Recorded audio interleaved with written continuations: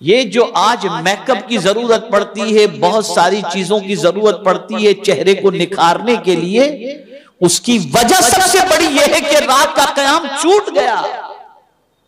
मेरे आका सल्लल्लाहु अलैहि वसल्लम फरमाते हैं, जो रात को तहज्जुद पढ़े सुबह उसके चेहरे को अल्लाह मुनव्वर कर दिया करता है, रोशन कर दिया करता है। और जब ये आये करीमा नाजिल हुई तो आप जानते हैं सहाबाई किराम अलैहिमुर रिदवान भी रात को नमाज पढ़ने लगे, क़याम करने लगे।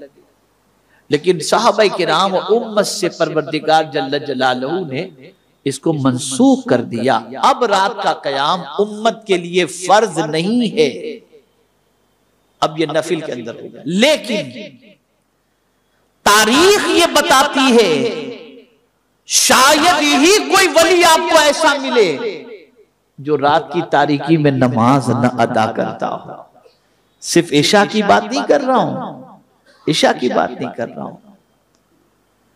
इशा पढ़कर सो जाना और रात के कुछ हिस्से के गुजर जाने के बाद अल्लाह की बारगाह में खड़े होकर नमाज पढ़ना, ये हर वली की जिंदगी आपको नजर आएगी, हर वली की जिंदगी। इसीलिए फरमाया गया रात को 3 हिस्से में तकसीम करो। आज तो पूरा एक हिस्सा व्हाट्सएप में गुजर जाता है। 3 हिस्से करो रात के। एक हिस्सा अल्लाह को दो, खालिक से खालिक की बंदगी में गुजारो। एक हिस्सा अहलो अयाल को दो और एक हिस्सा अपने जिस्म को आराम के लिए दो। ये 3 हिस्से रात के करने चाहिए।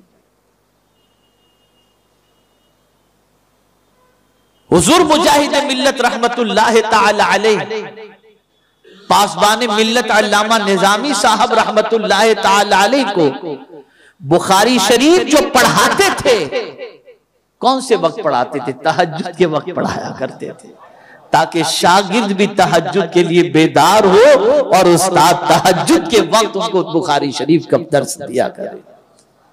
रात की इबादत अल्लाह को बहुत पसंद है। आखिर ये रात के बारे में क्यों ऐसा कहा गया, क्यों ऐसा कहा गया? तो मेरे प्यारे आका सल्लल्लाहु अलैहि वसल्लम के प्यारे दीवानों, रात के आखिरी पहर में मौला आसमानी दुनिया पर नुज़ूल इजलाल फरमाकर खुद इरशाद फरमाता है कोई मुझसे मगफिरत का तलबगार कि मैं उसकी खताओं को माफ कर दूं? अल्लाह खुद पुकारता है। बड़ा अजीम वक्त होता है वो। देखिए मैं एक चीज आपको बताऊं, उस वक्त के बारे में जो रात का आखिरी वक्त होता है ना, सुबह सादिक से पहले का जो वक्त होता है, उस वक्त की खासियत बताऊं। आदमी को रात भर नींद नहीं आएगी, लेकिन ये जब वक्त आता है ना तो झपकियां शुरू कर देता है, फिर नींद आनी शुरू हो जाती है। इसी वक्त में नींद आनी शुरू होती है। इस वक्त में बड़ी अजीम ताकत है। औलिया किराम इस वक्त में क्या करते हैं? तो कुरान कहता है वल मुस्तगफिरीन बिल असहार, कि वो सहरी के वक्त अल्लाह की बारगाह में मगफिरत की दुआ किया करते हैं। यानी उस वक्त को बड़ा कीमती समझो। वो दुआ की कबूलियत का वक्त है, वो अल्लाह को मनाने का वक्त है, वो अल्लाह को राजी करने का वक्त है, वो अल्लाह की बारगाह से खुशनुदी हासिल और नजात का परवाना हासिल करने का वक्त है। तो आकाए करीम सल्लल्लाहु ताला अलैहि वसल्लम रात को बेदार होते और रसूल आजम सल्लल्लाहु अलैहि वसल्लम नमाज अदा फरमाते। अब कितना लंबा क़याम होता जानते हैं आप? कितनी देर खड़े रहते थे और पहली रकात में क्या पढ़ते थे? अल्लाह।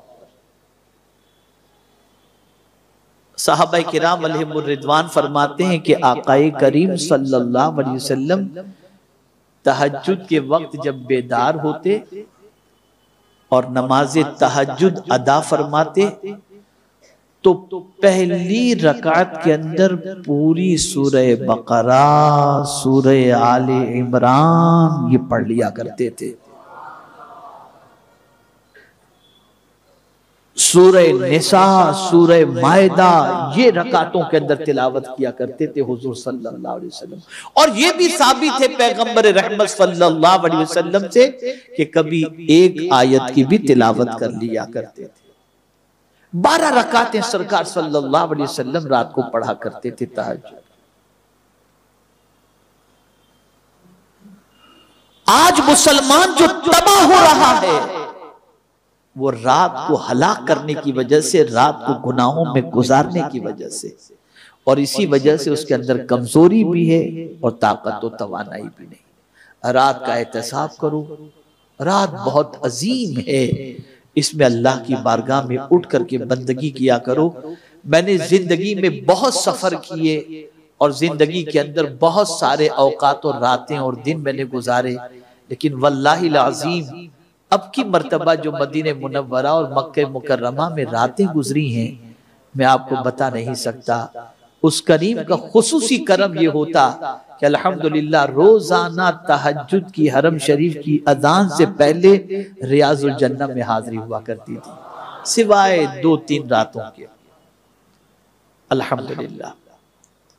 और फिर मवाजी अक़दस पर हाजिरी होती। इसकी लज्जत में जिंदगी भर नहीं भूल सकता। 12 बजे हम सो जाते थे और कुदरत का करना ऐसा कि नींद भी आ जाती थी, अल्हम्दुलिल्लाह।